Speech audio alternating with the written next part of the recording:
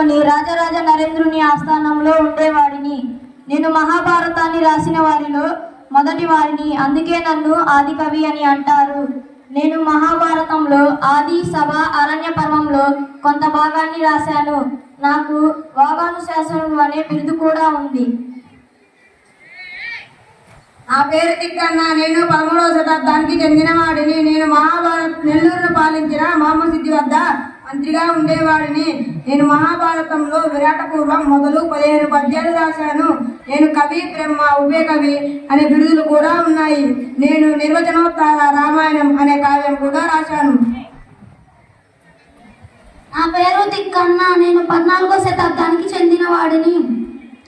నేను అందంకిని పాలించిన ప్రోయల్ వేమిరెడ్డి ఆస్థానంలో ఉండేవాడిని.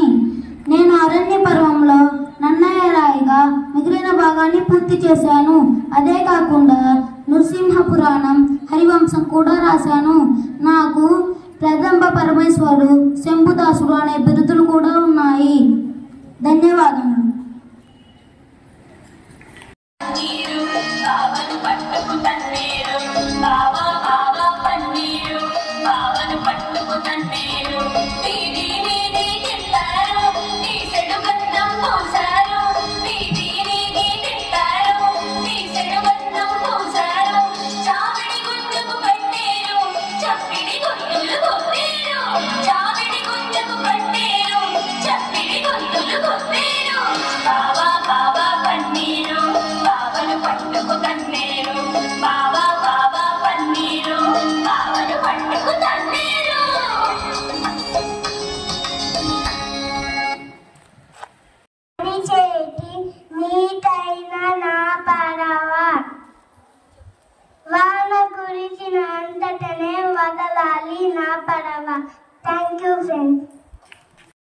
తెలుగు భాష దినోత్సవ శుభాకాంక్షలు. ధన్యవాదాలు.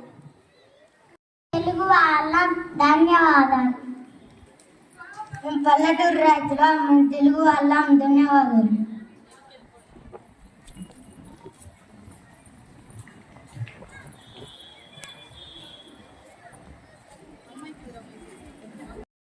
మేము తెలుగు వాళ్ళం.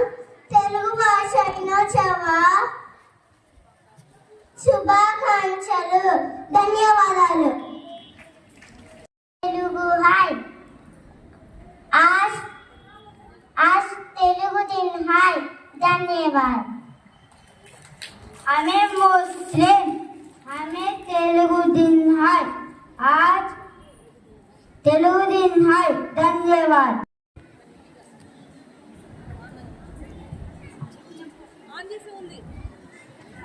हमें